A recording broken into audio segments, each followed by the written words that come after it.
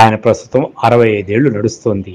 అందగాడు, చాలా మంచి మలయాళీ నటుడిగా పేరు తెచ్చుకున్నాడు. అలా కాకుండా భారతీయ నటుడిగా కూడా ఆయన గురించి మనం చెప్పుకోవచ్చు.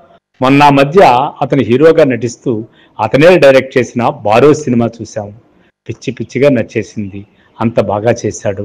మళ్ళీ ఆయన ఒక బాధ్యత గల తండ్రిగా నటించిన తుడురుము, అలాగే 12 సినిమాలు ఏకదేటన చూస్తే ఏ సినిమాకి ఆ సినిమా ప్రత్యేకమైన వరడేవితో జనాల్ని ఆకట్టుకునే విధంగా ఉన్నాయి.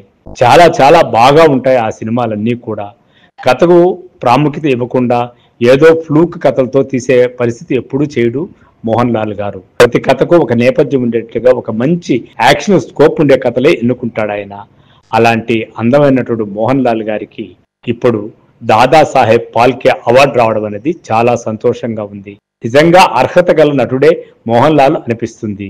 ఎందుకంటే దక్షిణాదిలో దాదాపు సీనియర్లలో మంచి నటుడు, బాగా పేరున్నటువంటి వ్యక్తిగతంగా మంచివాడుగా అనిపించుకున్నటువంటి మోహన్ లాల్కి దాదాసాహెబ్ ఫాల్కే అవార్డు రావడం నిజంగా సముచితం. ఆయనకి విశ్వరూప తరపున అభినందనలు,